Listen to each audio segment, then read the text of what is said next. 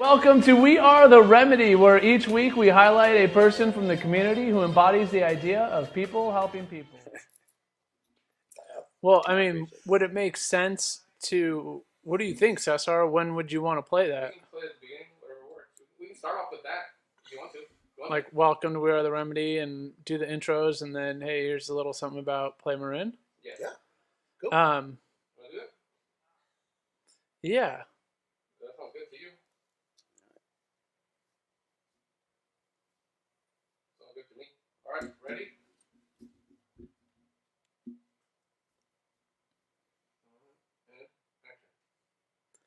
Hello, everyone, and welcome to Desire to Inspire Studios Foundation video podcast called We Are the Remedy, and we are all the remedy. My name is Trevor Henley, and I'm the inspirational activist of Desire to Inspire Studios Foundation. We have with us Dr. Michael Pritchard. Say hello, Mike. Doctor of Humorology. And we have Paul Austin with us from Play Marin. Yes. Want to say a quick hello and... Yes, thank you for having me, number one. I'm Honored. excited to be here, We're to be honest. Let's get the word out. Let's tell the story. Yeah. Exactly. And speaking of telling the story, you've got a little video for us. Talk about Play Marin today. Absolutely. So I got a quick 5-minute video to really give people an insight about Play Marin, the work that we're doing. All right. So let's see it.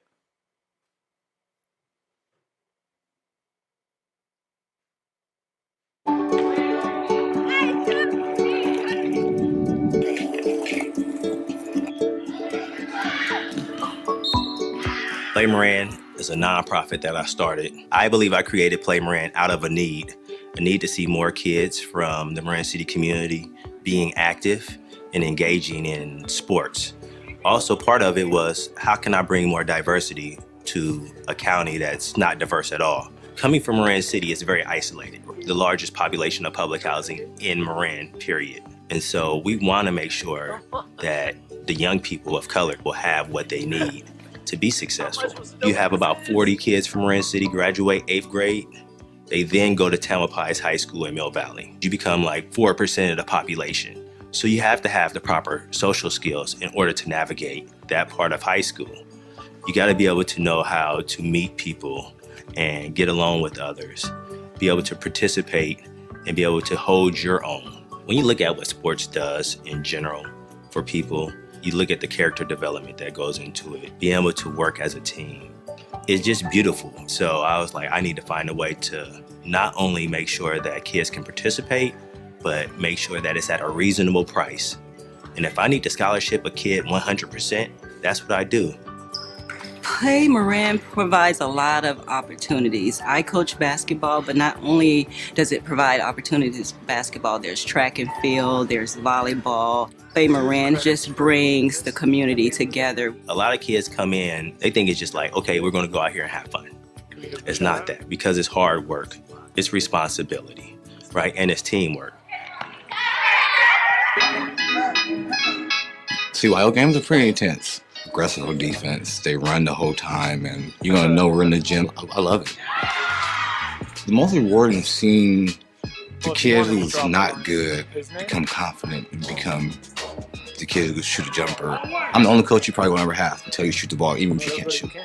Because at some point, I need you to be able to make that shot, so I might shoot the ball. We don't have large numbers. Everybody has to work collectively for one goal, and the goal is to win.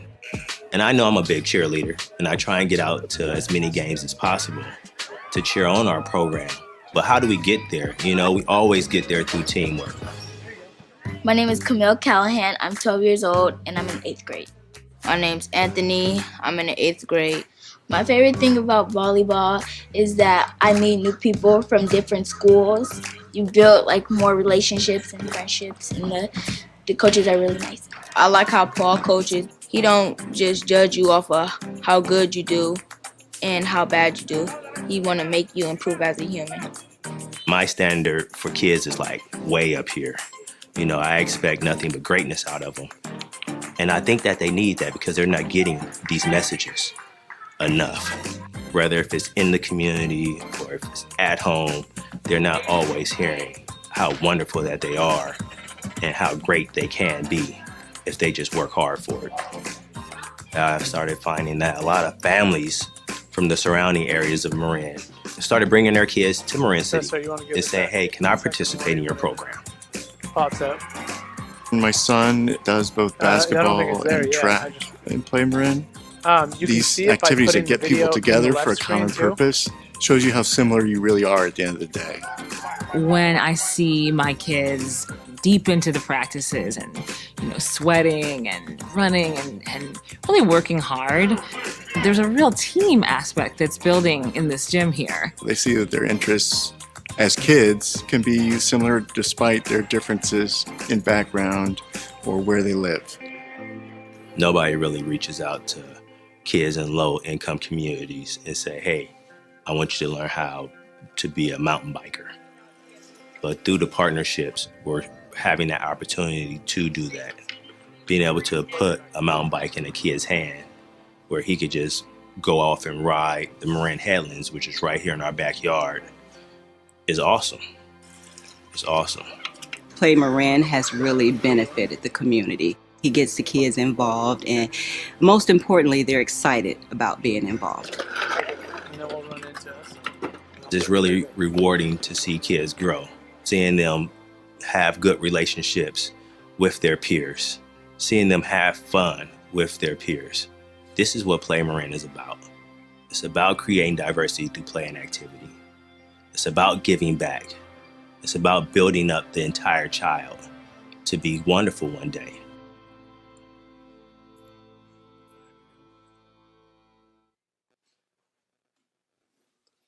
Take it back. Hey, thank you to Chris Loakley from Emotion Studio over in Sausalito. What a great job of explaining who this fine and amazing young coach and mentor to kids is. And it's also really important for us to get how great it is for individuals in the community to step up, humble up, and do what needs to be done to mentor kids who are just hungry and thirsty for the emotional support, the love, the direction, and the connection. You never know who you're coaching. On my phone, I got a picture because Trevor and I are in Rotary all the time. And I got a picture of a young guy in I think it was 94, 95, something like that, down at a camp called Top Gear down at San Mateo. And now, when you look at it, I asked people, I said, you recognize that?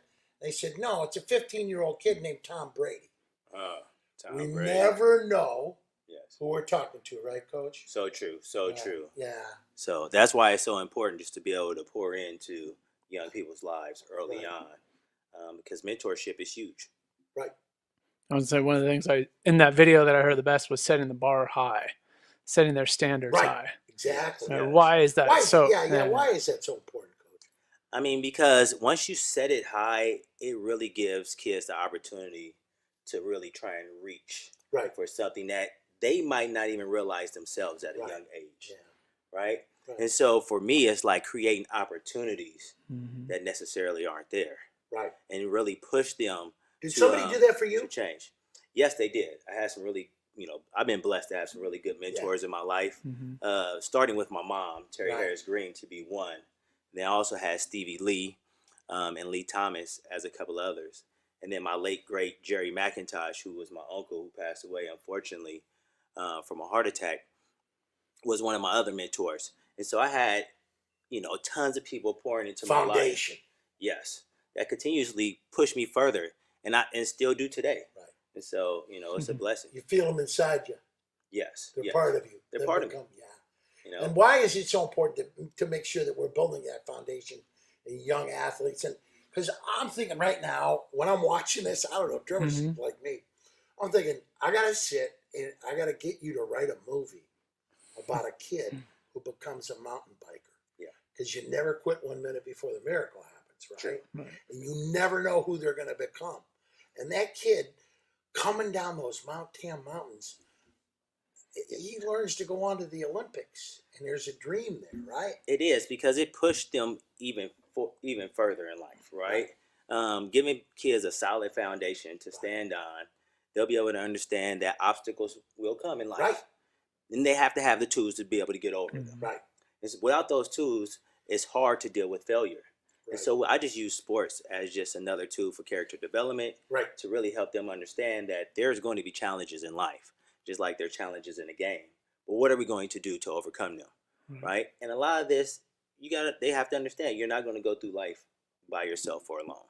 Right. Figure out a way to collectively work together, for you each to like lift one another up. Right. Because right now we're dealing with a society that's highly individualized, Right. and a lot of people miss that mark that it takes a tribe, Right. right? Like it takes a does. true Right. tribe in order for people to be successful. Right. And so I want to continue to push that message forward because it's the proper message of today, Yes. Right. and not for the glitz and the glam of what they try and make you believe, which Right. is I did this on my own, Right. Right. right? And that's not true. You can never do anything on your own. You bring Right. everybody with you, and you're on your team or on your bike. Every sport that you do, they're all with you. Yes. You can feel them. You can feel them when you win some award or some championship. You can feel them because they're the ones that are right behind you. And the ancestors, Yeah. Right. all the way up. I looked at your daughter the other day. I mean, she's on her way.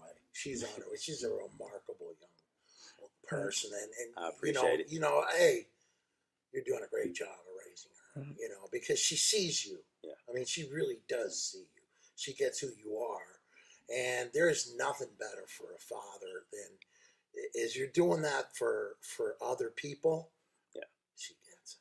Right. Yeah, Mhm. and she has an opportunity to step into her own path, and as a dad to just be able to support that is truly awesome.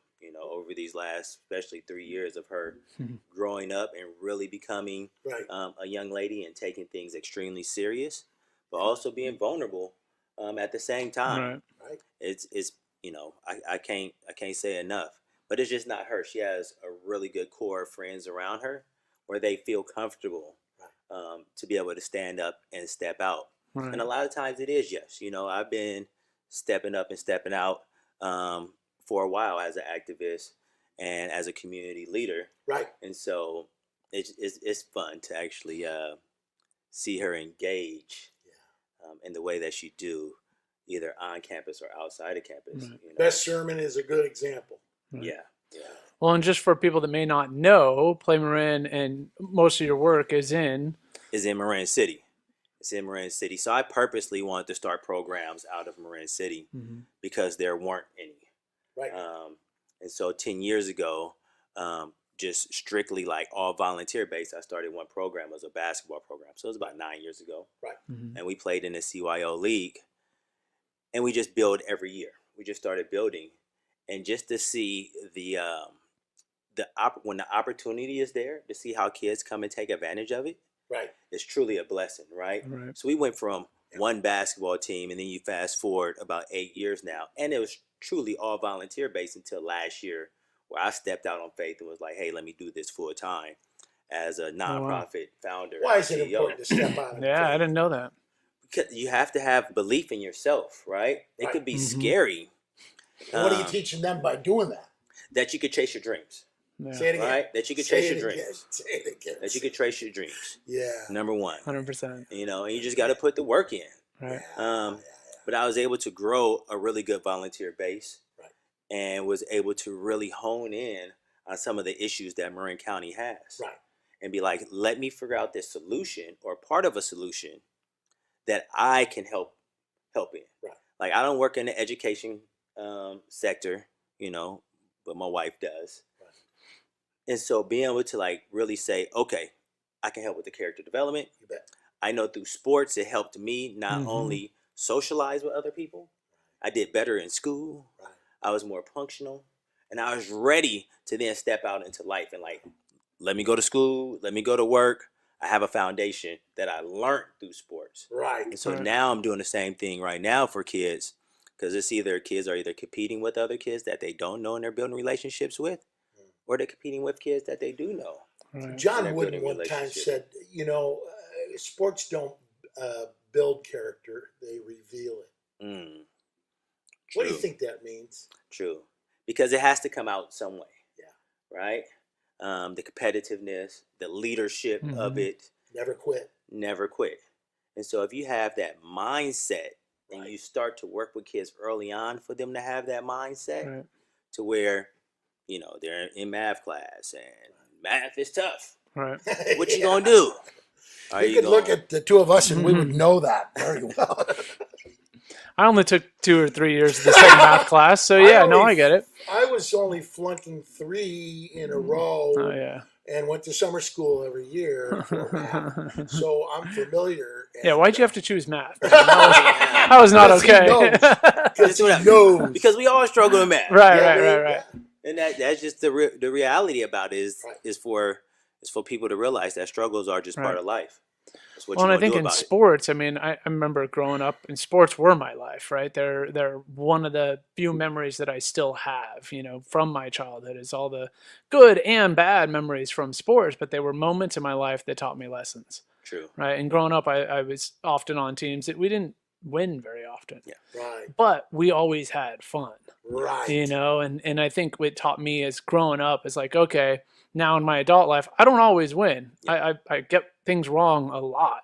But if I'm having fun doing it, well, I'm learning and I'm having fun doing it, and I'll just move from there. But that's a blessing, right? Yeah. Because 100%. then you have your guardians, you have your siblings, Yes. you have your parents, people coming out to cheer you support on, you, no matter what. right? And the support. And so, like, I have this one girl team, and they're going to be in 7th grade, and I've been coaching them since they was in 4th grade. But it's such a beautiful mixture of young girls because 5 girls is from Marin City. Mm-hmm. The other 5 is not from Marin City. The difference in economics is there, religion, belief. Like everything is on this one team. Yeah. And as you see them become closer from that 4th grade connection to now, it's like truly a blessing. They grew together man. as a team. Yes. And the parents Right. grew together. Right. Oh man. Right. So you have people in the stands that one side, like they're coming together because they're all cheering on this one team. But Right. they all comes from like a variety of different backgrounds. Right. I mean, like super wealthy Right. to non-wealthy. Teamwork makes the dream work. Yes. And it's just like, hey, here we go. Like, let's get after it. Right. Well, it's coming together for a common goal, a common reason to beat everybody in there to support everyone for the same reason. And they teach each other, don't they? And the parents teach each other. Yeah, but what it also allow us to do, because now we have these programs out in Marin City, right? Is I'm always trying to get away from the stigma that Marin City has here in Marin, right? So it's bringing people into Marin City to the facility for practices. Why is that so important, Coach? Because Marin City is a beautiful place, right? It just gets a bad rep from time to time, and we're looking to flip that 100% turnaround. Right now is an opportunity for us to really look at Marin City and say, hey, it's time for a rebirth. Yes. Because there's so much goodness that's going out. Yes. Right. Would it be safe to call out what that stigma is? Yes. So I mean, it is. It was one of the still predominantly African American or people of color places here in Marin County, and traditionally, like most other areas, we got hit by drugs heavy in the 80s and in the 90s. A lot of blame coming that way, right? Yes, right. And so a lot of finger pointing. But it wasn't, and it, how do I say this correctly? It got highlighted by the media, amplified, right? Not the good stuff, right? Not that we're pushing out doctors and lawyers. Not Felicia Gaston's programs. Yes. Seeing all the things to shame and blame, and none of the things to uplift and gift. Absolutely. Because you can look at, I keep up with the news here in Marin County. Yeah. And there's negative stuff that happens everywhere. Everywhere. It just doesn't get highlighted like violence it does. And drugs don't have zip codes. No, not at all. Right. Not at all. And so, we want Marin City, which is not actually a city. We're not incorporated, but we're working on that currently, to be like the rest of Marin, to have to have more power, and then also have a place where people could come and frequent and be comfortable. Like I go downtown Mill Valley and enjoy eating out there. I want to have the same opportunity in Marin City. We look at facilities right now. We don't have the facilities that we need. We have a ball field that's not playable, so we're looking at that at a solution for that currently. Right. We have our gym. I love it, but it's just one gym. It's about 75 years old. Right. We need something updated. It's We got won't. stands of about 30 people, I think, right? Yeah. Maybe 60, if I remember Oh, correctly. man, real tight. Yeah. Real tight. Yeah. Yeah. So even currently, right now, like that's something that I'm up against because I can only host so many teams, and it's extremely hard. Like Right. we're at a point now where I'm trying to run 15 teams Wow. during basketball season, and it's like I don't know how to practice. I got multiple teams practicing together. Right. Some teams have to practice outside. It just, I mean, it's a beautiful thing to have because we're doing more. Mm-hmm. But we And you're also providing a sanctuary and a refuge for kids who want to, and an education center Yes. for them to learn about other kids and other Yeah. families and the diversity of life. Absolutely.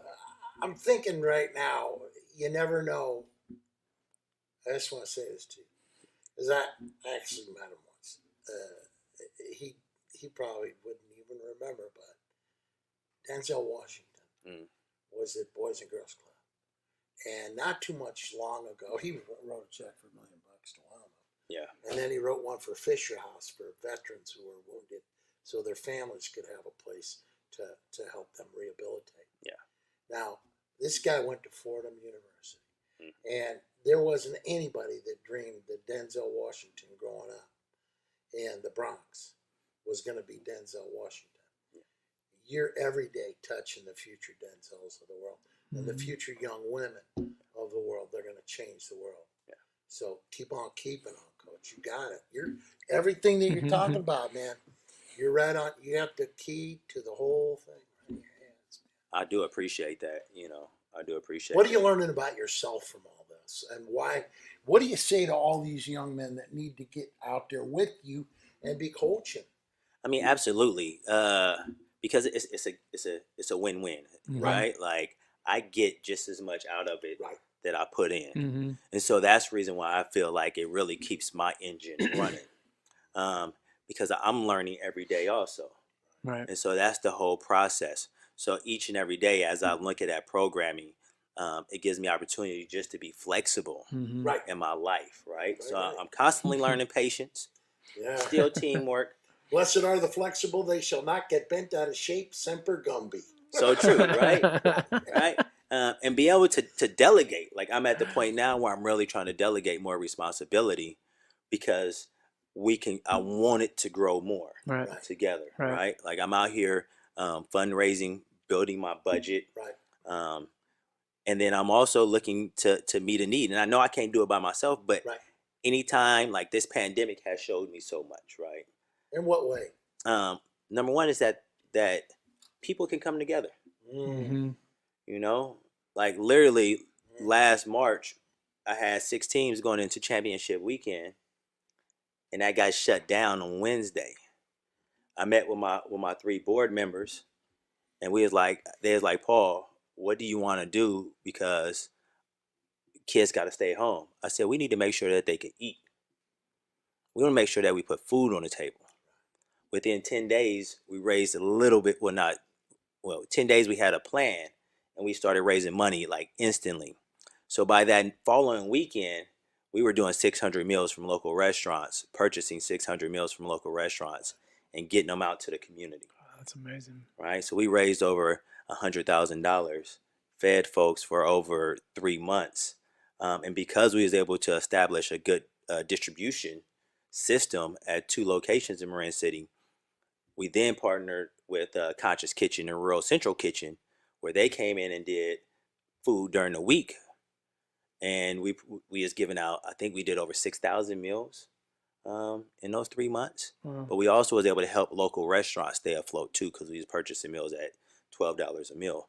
And one thing that I recognized, and as I was going to some of these local restaurants and talking to folks that was working there, it was like, because most of them was black, most of them was brown. Yeah.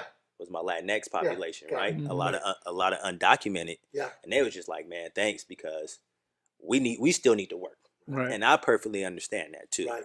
Yep. Right. Right. Got it. And so as an organization head with Play Marin, I'm like, okay, if there's a need, we have a network, we can meet it. Mm-hmm. Why is it so important to teach that help all who are struggling everywhere that you can, and that we have a wealthy community here that you can call on, and they will come through? Because we were the other day, we had a lady on talking about postpartum depression, and she had built a diaper bank. Mm. So people were donating to the struggling poor to make sure that those little babies got diapers, because it's about So they can spend money on food instead of diapers. $200 for the diapers. But what was amazing was people, and it's like what you're saying, people are more likely to help with food, diapers, and things that are evident, that are needs right there. Yes, because I mean, so we are, like I said, we live in Marin County, right? We're arguably the richest county probably in the United States. Yep.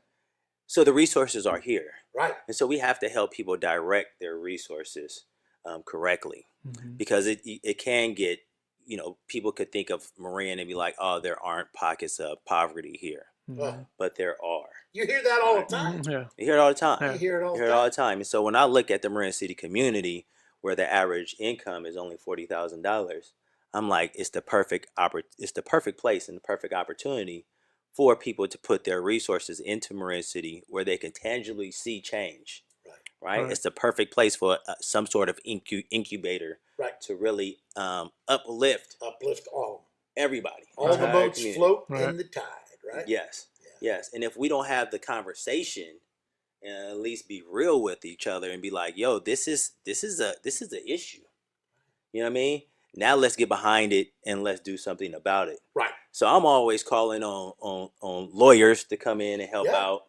If we can get some people that can look at things from a global perspective as far as infrastructure, to come in and help out, then that's what's needed. I'm just a voice, and I know what You're my way talents more are. than that. What true, but I know what my talents are. You're way more than that. But we have a Marine Community Foundation with a brand new director. Yeah, I haven't had a chance to meet her just yet. Get going. Yeah, that's true. Right? Yes. Right? She's gonna love you. In fact, what I'd do if I was you, I'd show her this first. Send it up first. That'd be because right. This is you. Your passion, your love, your respect, your love of children, your love of family. Your daughter is the best calling card you got. Bring your daughter with you, man. Well, helping the whole community too. Exactly. Right. Yeah, because it is. It's like, for me, it's the entire community of Marin. Right. Because I serve the entire community of Marin. Yeah, right. I get kids from everywhere that come and participate in our programs. I was going to ask that. How is that? How does that happen? Well, I mean, essentially, that's really how Play Marin was able to grow. Okay. Because before, when I was just doing basketball, I was just doing it out of a need. Play Marin was not even a thought until I started having these families from Novato and West Marin and other locations throughout Marin County coming to Marin City. And, they were some of people of color, some white. Why's parents want to make a difference in their kids' life? Because they need diversity. Right. They want their kid to grow up and have some sort of diversity in their lives. And we know right now the public schools just not doing that here in Marin County just because of the sheer numbers. Right. So what do they do? They're searching out for a program like Play Marin. And so I felt real privileged to be able to provide this opportunity for them. And it's just a win-win all the way across the board, where now we see kids like from all different backgrounds, and we do basketball, girls volleyball, track and field, looking to start up lacrosse. Right. We're getting kids out mountain biking, surfing, kayaking. Like, these are things that I grew up here in Marin County. Kayaking, I had no really idea about it. Didn't know much about it. Surfing, yeah, I went to TAM. A whole bunch of kids went surfing. I never got out there and surf, right? Yeah. We used to ride our bikes through the headlands, but it wasn't like an organized mountain bike program. And so just being able to say, hey, in this beautiful Marin that we live in, these are opportunities. But it's like, how do I get everybody else to have these same opportunities? Amen. Right. Amen. I'm talking to Marin Row right now about, like, how do we get some kids to get out there and row? Because we know they give up wonderful scholarships. Right. It's the same thing for lacrosse, right? Like, it's they're growing sports. Yeah. And I just want kids to have an opportunity, whether they go to college or not. It's about what they learn Right. through this whole socialization that sports or other opportunities Right. provide them. I'm thinking, one of the great gifts is, you never know who you come in contact with. Yeah. And this guy was on my show at San Rafael High School when he was 16, 17. And, I'm thinking now I'm sitting in his studio with his staff and his interns, and I'm learning more from them about technology and this stuff, all of this stuff. And so my promise to you is, if you stay doing this, the harvest comes later when you're learning more from the people you thought you were teaching. True. Right? Yeah. And it's not. I'm not going anywhere. To be honest, growing up, I've been blessed to work with youth pretty much ever since I was a teen myself. Right. Even though I did go off and went to school in Houston, I still used to come and help out during the summers. And so now I even have like part of my staff during the summertime is what I call them my little brothers. Like they're my mentees. Yeah. Right. And and they're doing wonderful things in the world now. I got Garland Dewey. He graduated from college and he's in the finance world. My man Lorenzo Bynum, he about to be the head coach at Town Pice High School, head basketball coach. So just seeing the young people now getting older, and you starting to say, wow, like all conversations that we just used to have made an impact. Yeah. Where's your spiritual core from, Paul? To my background, like my grandparents migrated from the South to come to the shipyards, right, for the second migration, as they call it, during World War II, to help build the ships. But it was also it was safe and there was money out here, so they fled the South, right? So both sets of my grandparents were super strong people. My grandmother Octavia Harris, she was a foundation of Cornerstone Church as far as everything that went on there. And her husband, Jim Lee Harris, he was just a strong man that was able to build stuff. And so we collectively, as a family, elder. So collectively, we did a lot of stuff. We used to go to my grandmother's house and just be there and do stuff as grandkids. Like she taught us, collectively, y'all can get out there and y'all gonna pick blackberries so I can make blackberry pies for everybody. Yeah. She had a garden. We'd get out there and pick potatoes. Yeah. Right. And then my mom, who grew up, was an activist, and I learned a lot more because she did get into church, and she don't always like to talk about her Black Panther days. Yeah. But at TAM, when she was in high school, she used to shake stuff up. Sure. Do walkouts, and then at San Francisco State, she was very much in the mix. Right. And so I'm a product of a woman who ran nonprofit. We've been in the nonprofit sector since she was young. Right. She ran Step 2 educational vocational program for over 15 years and sent so many kids to college. Right. Like my first experience of going on a college tour was with her. And so I felt wonderful about it. And we went through the South, looking at historically Black universities, even had us go to Jamaica once.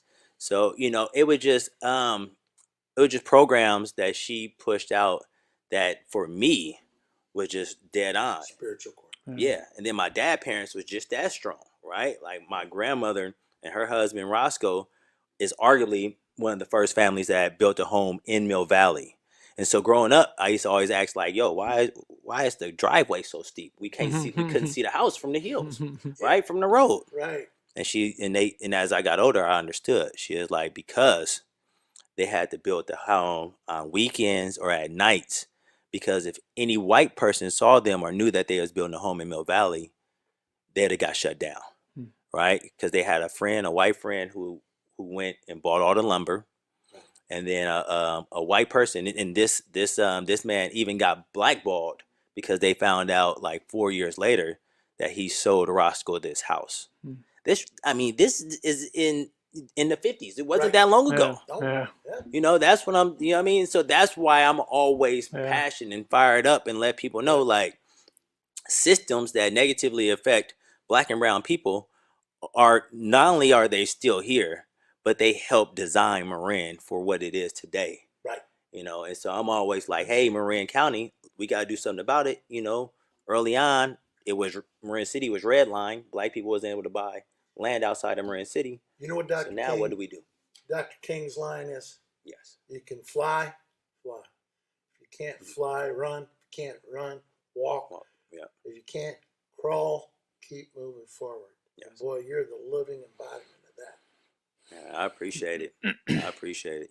I've just been blessed to take a little bit or all from everybody, how they poured into my life, and now I'm at a What do you place need where I most can pour from in. all of us here in Marin? What do you need most?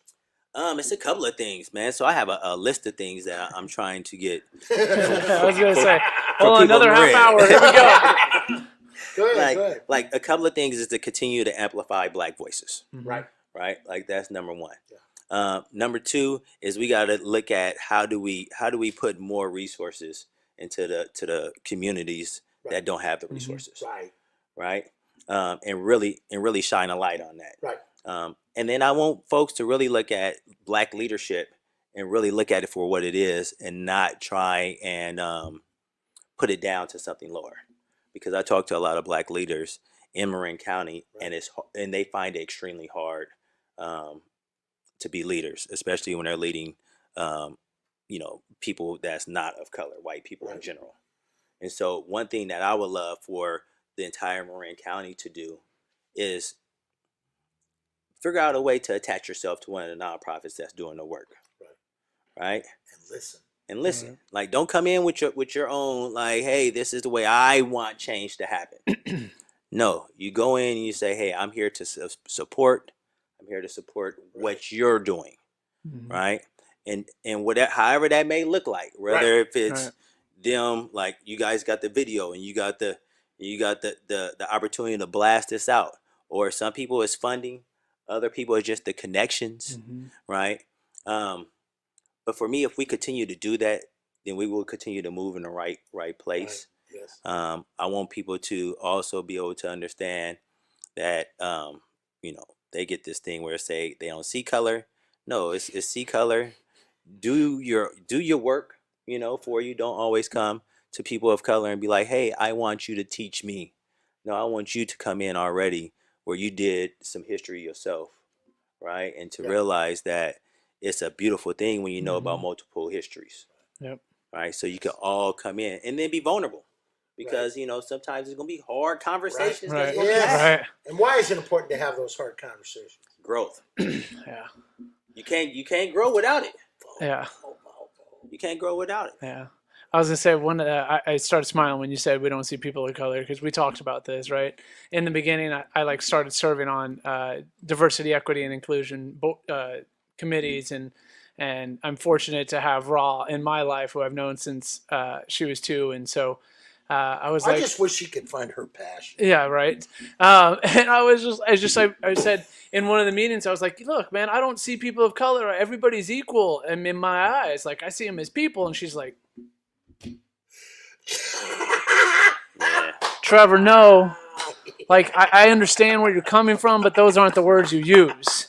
Sure. Right. And she helped explain it to me, but I'm open to learning. Yeah. Right. I'm open to realizing where my shortcomings are.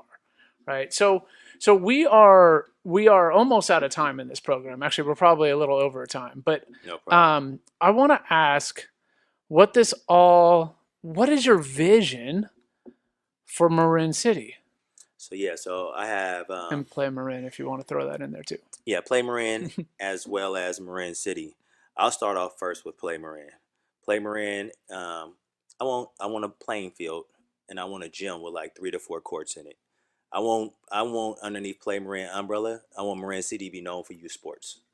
Nice. Right? Like, I want Marin City to be the driver in Marin County, where everybody comes and participate on brand new playing fields as well as brand new gyms. Nice. Because in this world that I'm in right now, equal playing field. Right. Yes, and it's opportunities, but it also could be a revenue. Right. Building. For the city, right? For the city, for the community. Yes. And a growth opportunity for wisdom. Yes, yes, and put people to work. Right. Mm-hmm. The other one is right now, as we look at the development of Marin City, the shopping center has failed Marin City. So I'm really looking to raise some money, buy it back, turn it into a community land trust, but then it also puts the ownership back into Marin City hands, and we could reconfigure it to where it makes sense for the people of the community that would then draw other folks, right? Because I want to be able to go down to an eatery and have some outdoor, jazz playing. Yep. Like I want it to be more of a cultural place that serves not only Marin City but the beautiful people that's there, right? Because right now there is no highlighted area that's on Black culture, right? Like we don't have a soul food restaurant or a place where you could do jazz and just relax, like things that's culturally based in our community. And then also I like art, so I want to try and figure out a way, how do we spin that and get more culturally art in there, and it could be and highlight all different cultures, right? From all different backgrounds. But I think Marin City is the ideal place to do it. That's amazing. That's a great vision. That's amazing. I like it. Yeah, it gets bigger. I want I want a tech hub and everything, right? Like I want to be able to put people to work, so they get entry level jobs right here in the tech industry, because we're in Northern California. We're in the mecca of it, and we know a lot of the bigwigs live in Marin, right? Yep. And nobody ever got hurt dreaming big. Nobody ever got hurt dreaming big. No, I mean they get hurt dreaming small. True. And accepting and settling. I don't think that's you. I don't see that one bit. I'm not. I'm making a big push, y'all. Good. Yeah. Good. Well, Paul, thank you so much, man. This is awesome, and this is very grateful you joined us today. Thank you again, Paul Marin, Paul Austin, play Marin, or play Marin, Paul Austin, however you want to look at it. But thank you, Paul, very much for being here.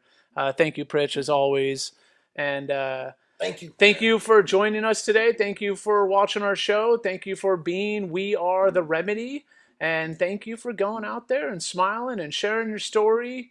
Share your story with someone. I mean, that's one of the things that connected us in the beginning of our first conversation, right? It's just sharing our stories, seeing where we connect. Going back to your girls' team that has all the different equity levels, diversity, everything, right? That goes back to your movie. I mean, that is what is needed, I think, in my eyes, here in Marin County more than anything. Absolutely, and we're getting there. We're getting there. So I want to give a few shouts out. Oh, yeah. Shouts out to you guys. Right on. Lululemon, who's one of my true supporters now. I have an opportunity to do a speech at College of Marin, so the folks at COM are amplifying my voice. Awesome. And we're just going to continue to build. So go follow all the socials. Play Marin, play.Marin. Do a TED Talk. Get me on one. We'll get there. Awesome. Well, thank you, everyone, very much for joining us. And like I said, go out there, be people helping people, and that way we are all the remedy. Thank you. Thank you. I appreciate Very nice, Paul.